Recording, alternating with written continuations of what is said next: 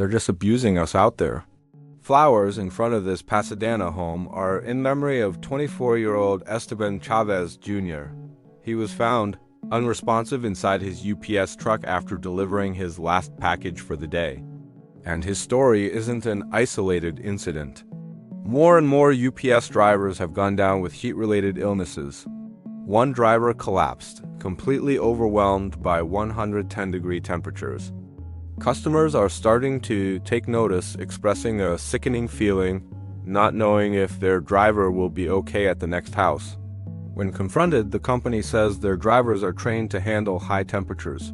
But what does that training mean when new hires like the two young men who passed away from heat stroke are working 6 days a week, sometimes 12 hours a day?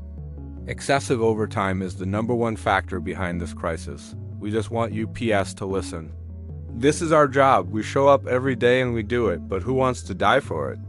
I've been with the company for 29 years. When I first started, I was working 8, maybe 8.5 hours and getting home at 5:30. I loved my job. I couldn't get enough of it. If they needed someone on a Saturday, I'd be the first to jump up and say, "I'm in." You could communicate with them about your schedule and they'd work with you. But now, you walk in and you re-handed a truck with a workload you can possibly complete in any reasonable amount of time. Some of our lower seniority drivers have never known what it's like to work less than a 12-hour day for years. It's not fair to us or our families, especially when we already sacrifice so much for a company we love. I've seen so many drivers' families ruined by the excessive overtime. They don't get to see their kids grow up.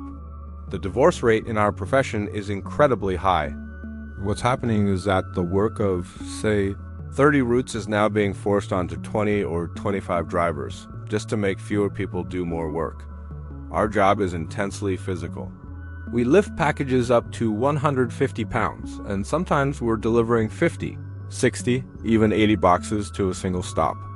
When you combine that with excessive overtime in the heat, your risk for injuries skyrockets because you're out there longer. Our customers were outraged when they saw our working conditions, but what they didn't understand is that this is a weekly reality all summer long. I remember one day in late July, it was about 104 degrees. I was scheduled for a 12-hour day after working long days all week. Right after I finished my ROT, I started to get really sick. I was super lightheaded, nauseous, my heart was racing. It was pretty scary.